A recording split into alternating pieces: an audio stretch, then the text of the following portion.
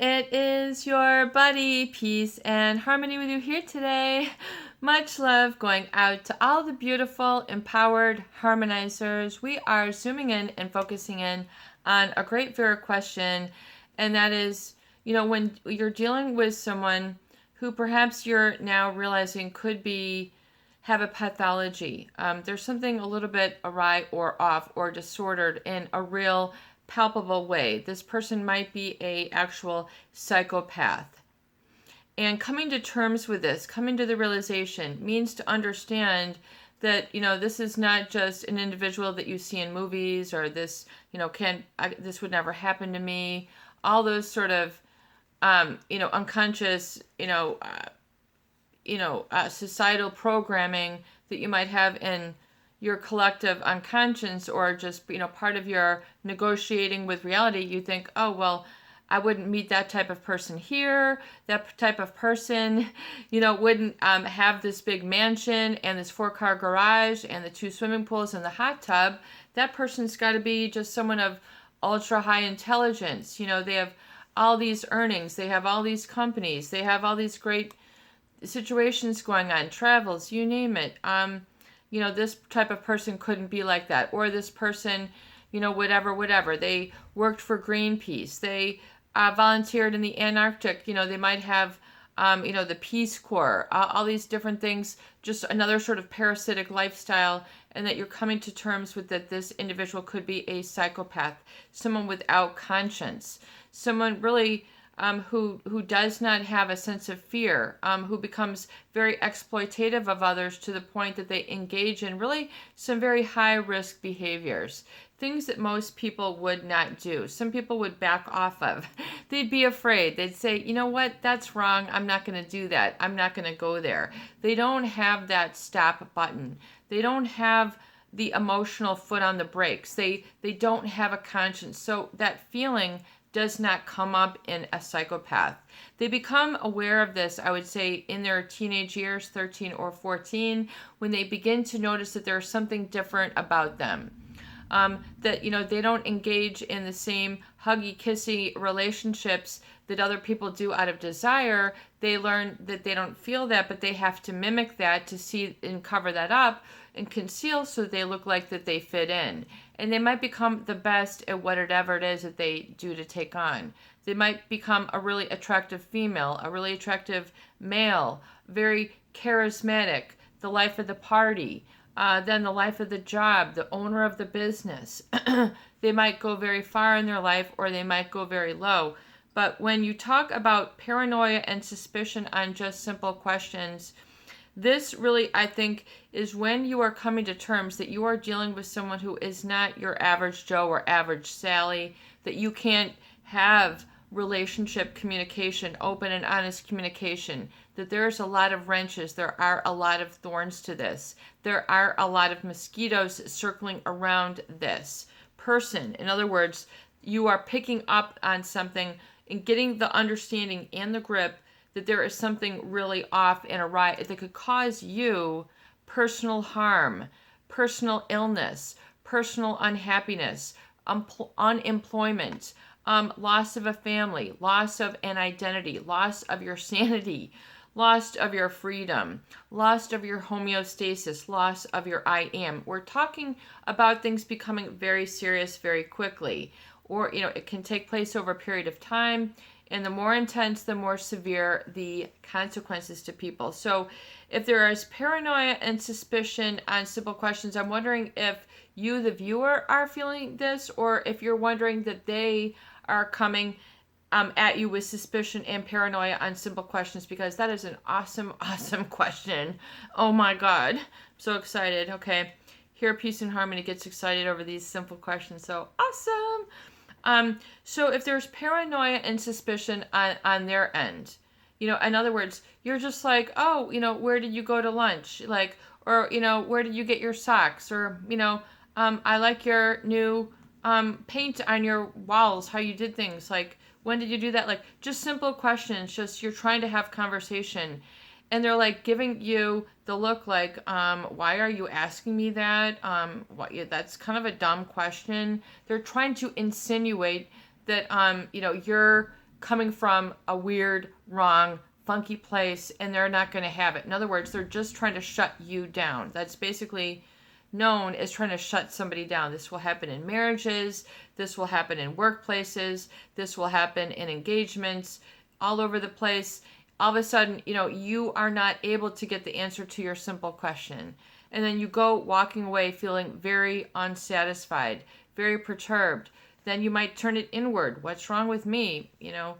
And then you might then, just mull over this for a long period of time and feel very distraught if this is an important person to you. In other words, communication with this person is important.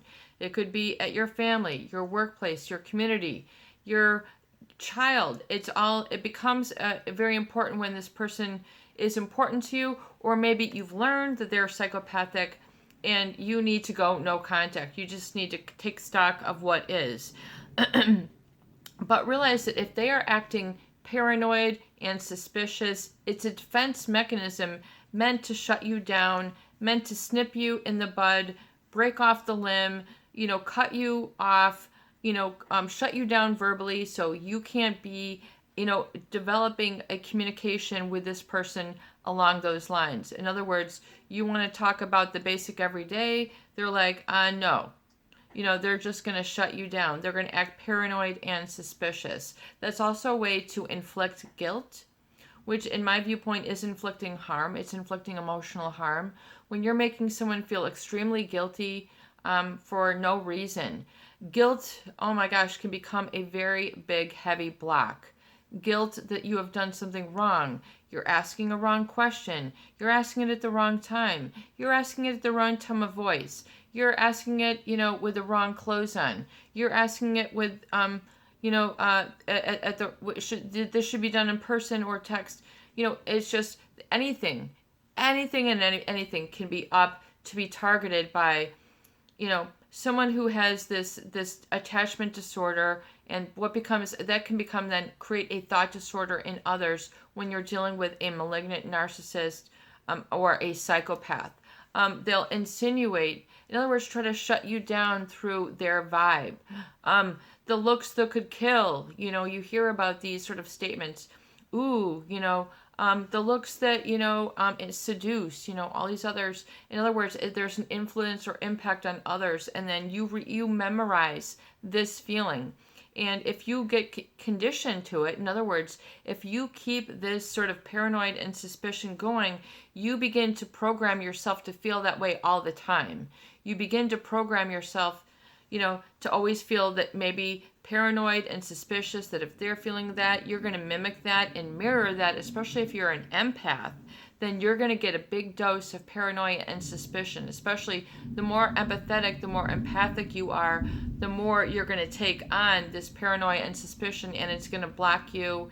It's going to be crippling to you. It's going to paralyze you emotionally, and it's going to cause you a great deal of analysis, about what is right, what is wrong, where are they, where aren't they, what is the time, what is the date. You're just going to burn yourself out. You're going to mentally exhaust but the thing is, there becomes this self-serving mechanism to be, and this hyperventilated, just sort of fear-based anxiety. People feel something, they get a buzz out of it, they get aroused. So this becomes a very then repeated state. In other words, the person will elevate themselves to this state for no reason, even when they're gone. So that's when, you then, the supply, I think, to answer your question, then people then, even without so in other words, they then kind of inherit or absorb that feeling, and they rehearse it and rememorize it so that they're always paranoid and suspicious. Not only about them, but then they internalize it and then they act it in. They become untrusting of themselves. They become very self-doubting. They have really a disruption of identity. It can be to that extent where their I am becomes affected from I am strong, I am wonderful, I am happy, can become I am miserable, I am, deflated, and then they engage in self-harm, self-sabotaging behaviors. Those people then who have had their boundaries violated are then subject, as I was notating earlier on an earlier video, is that it's my feeling that people who have then had their boundaries violated in this way by psychopathic manipulation are more susceptible to self-harm, self-injury, and sort of, internalize or act in. These are all psychological concepts. I mean, you can research these, if you really want to understand if this is resonating with you. So, self-harm, then it's a way that erases the endorphins. Like I've learned in school, that this becomes an arousal state. It releases the endorphins. So it's just like when you self-harm, you raise the endorphins, the feel good. So it's like a way to self-medicate through hyper-arousal. When you get into a relationship with a psychopath, they indubitably engage in very, very, very, very destructive hyper arousal of their targets, of their supply. I mean, we've done videos on that before. Boundary violation in the epic level, boundary violation in the paramount level. I mean, boundary violation. I'm just trying to think of the highest word that I can. Epic. Boundary violation in the insurmountable level. I mean, just what you would think of, like the Mount Everest of like boundary violations. Like, can you really go to these extents? Or it should really even be lows. Like, to the lowest abysses. Like, are you really that low? I think it's really, even though they appear to be the high, can they really be that low? And it's like, to come to terms with that is to understand that will create that paranoia and suspicion, and so it will continue to play out like a record, as if you were to, that's just how you have to understand. That's how the body and the mind works. It has a tendency to create habits and make things automatic process. So this is when you're going through the healing stage. If there's any silver lining, you're going to get to learn a lot about yourself, a lot about your body, emotions, and spirit. Your body, mind, and spirit, the connection, and really, it's my goal and aim that you come to an ultimate self-respect and self-appreciation and compassion in this as a process and a journey that you're really going to take with heart. I mean, you're really going to experience a lot of profound change and breakthroughs when it comes to like really owning your truth and seeing things really, truly clearly. So you experience an enlightened state of knowing. And not all this paranoia and suspicion. That's like going to be worthless. It's going to cause you harm. It's going to be deleterious to your health, negative, break you down chemically.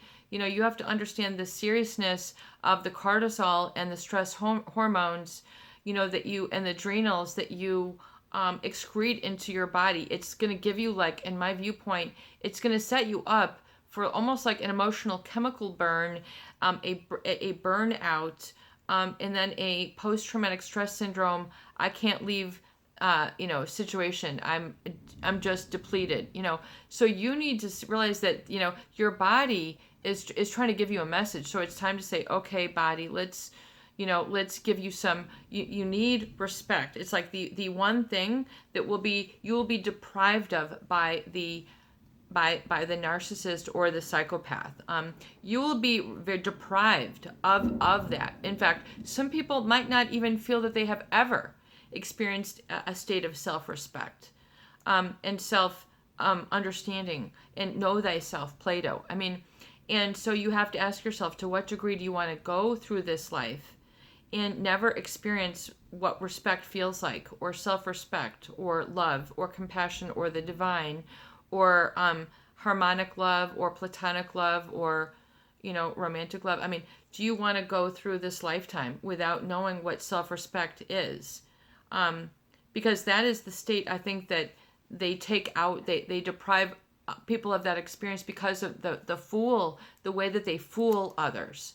And I just don't mean fool. I mean, you would be shocked at the extent to which they can fool others. And I could give you stories. I don't give my story here on the channel, but it's the extent. I mean, it would boggle the mind. I mean, you could not fathom the degree to which they have the energy to execute this and do this and not be exhausted themselves. I mean, you have to understand that there's a real physiological difference within these people. I mean, it is. It's hard to see it because they look on the outside. You should be a person with an ABC and an XYZ, but you have to understand that they are missing an ABC and an XYZ, and you have to know that on a Gestalt level, which means fill in the pictures. Gestalt psychology. You have to make that shift of awareness, of knowledge, of wisdom. And it is what it is. So you have to stop giving them the ABC and the XYZ that they're missing, because that can become a projection of their target or their supply or the codependent or the enabler, where they then project, this denial, this naivete. Those people who I have seen get fooled and duped by the psychopath are naive and green and so, I just want to say, ignorant. I mean, I don't mean stupid. I mean, these people are holding jobs, but they just don't want it. They are easily broken down. Easily broken down. I mean, they can get back on the self-harm, with a whiff of that man's cologne. They're like, they are that under their spell. It can become like a spell. It is a psychopathic manipulation. People cannot, once they're really in deep, they cannot yank themselves out of the manipulation of these people.